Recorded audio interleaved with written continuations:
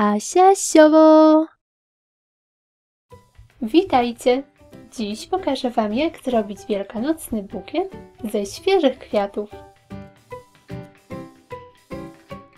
Szczegółową listę wszystkich potrzebnych przedmiotów znajdziecie w opisie tego filmu.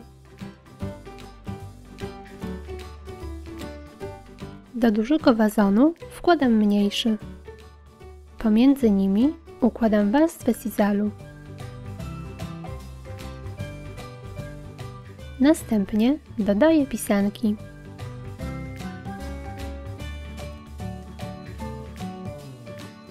Trzecią warstwę robię z piórek. Na samej górze ponownie układam sizal. Do mniejszego wazonu wlewam wodę. Teraz pozostaje mi już tylko ułożyć kompozycję z kwiatów.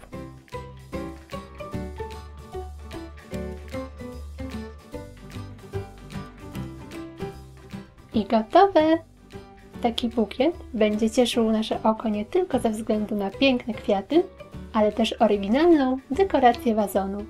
Oczywiście kompozycję kwiatową, jak i wszystkie ozdoby do wazonu możecie dobrać według własnego pomysłu. Zapraszam Was serdecznie na mojego Facebooka i Instagrama. Pozdrawiam! Pa, pa!